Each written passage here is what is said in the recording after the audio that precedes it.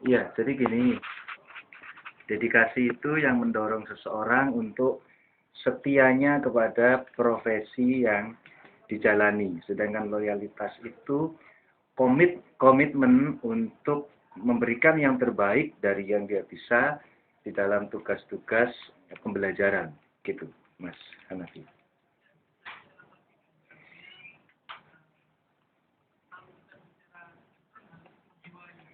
Harus totalitas dalam menjalankan profesional peran yang diembannya, tidak setengah-setengah, karena yang setengah-setengah juga tidak akan pernah jadi apa-apa gitu.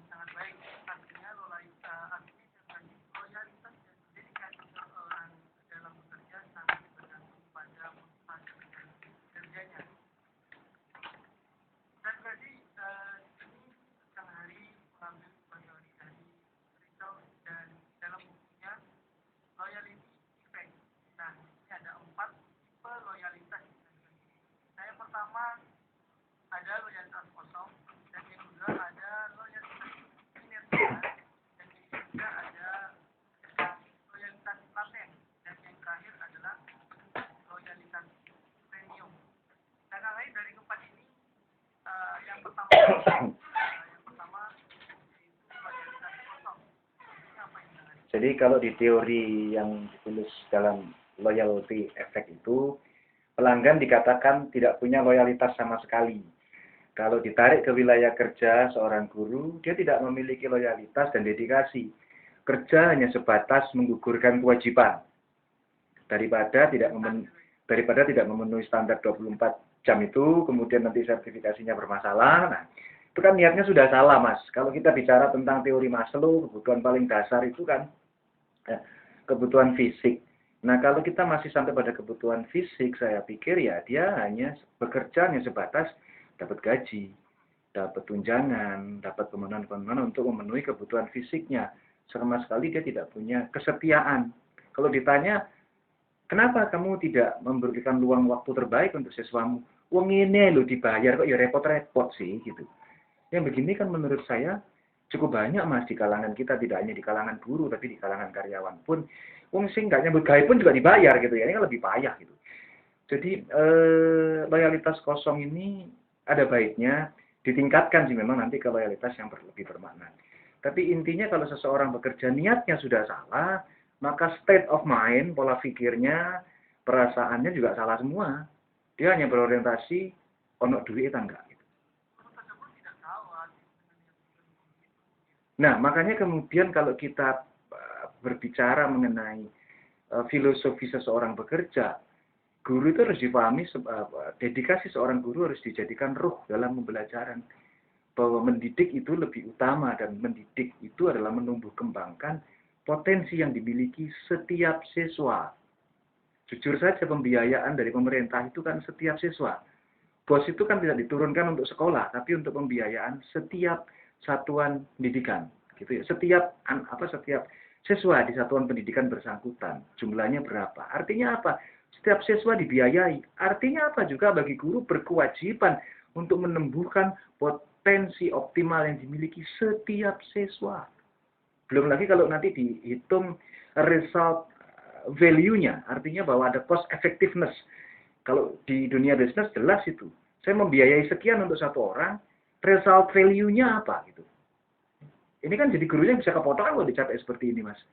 Ya kan? Jadi ini yang menurut saya guru mesti, tidak hanya guru, kita semua ya, harus mesti sadar bahwa loyalitas kita mesti diniati yang baik. Kalau kita hanya sebatas loyalitas kosong, kerja itu berat. Kerja itu menjadi sebuah beban. Karena waduh ketemu muridku sing nakal-nakal, wis nakal, ireng-ireng, mokong-mokong bisa gitu ya kan.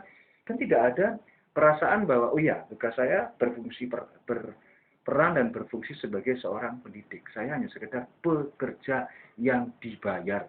Mau nek bayarannya kurang demo gitu ya kan. Ini kan susah loh seperti ini.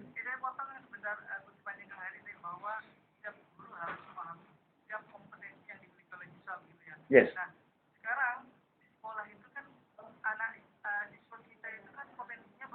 Yes. Kenapa kok harus anak siswa itu target dengan hanya sekian nilai nilai sekian, padahal ya kompetensi mereka tidak di sana. Nah, Seharusnya apa yang harus dilakukan oleh para guru ini?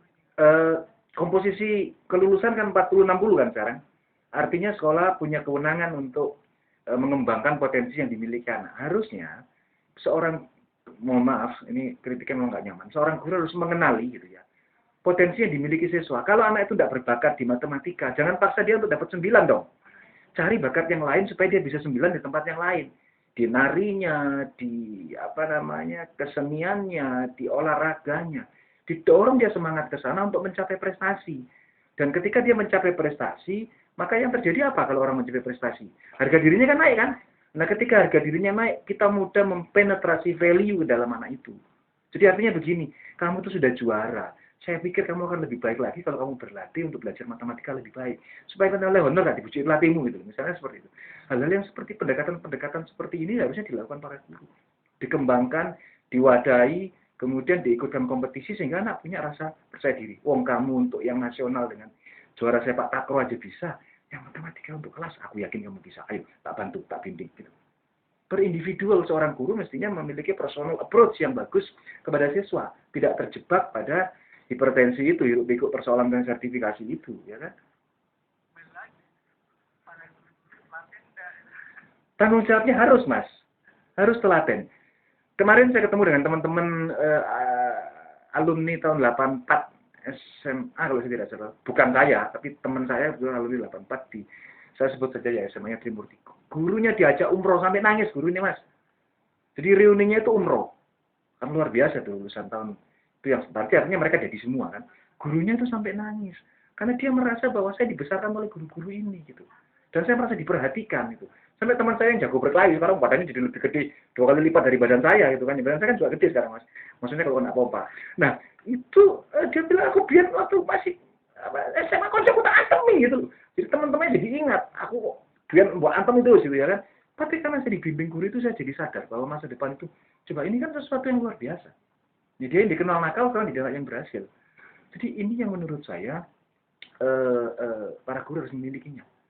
Saya punya teman Pak Yanto namanya di Madura, di Bangkalan. Kalau saya ada di mana-mana, beliau juga selalu memberikan kontribusi positif, saran-saran. Beliau muridnya banyak jadi jenderal. Dan muridnya sampai sekarang pun masih ingat. Jadi pada saat beliau ada reuni, beliau diundang, dijemput pakai mobil, itu Pak Put datang disebut Pak Yanto, satu gedung menyebutnya sama Pak Yanto kayak nyambut kedatangan seorang artis begitu. Dan beliau sampai terharu. Karena beliau mengatakan saya perhatikan setiap individu siswa saya gitu loh. Itu tahun 52 dia ngajar, Mas gitu loh. Masih belum tersertifikasi gitu ya. Gajiannya mungkin ya gak karuan, tahun sekian itu dibayar gayopo gitu ya kan. Tapi beliau punya dedikasi dan loyalty yang luar biasa terhadap profesinya gitu. Dan dampaknya anak-anaknya banyak yang jadi.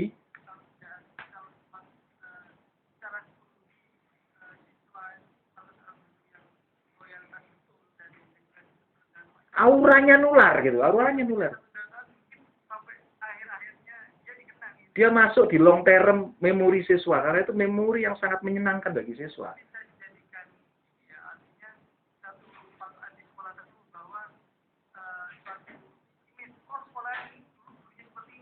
Iya.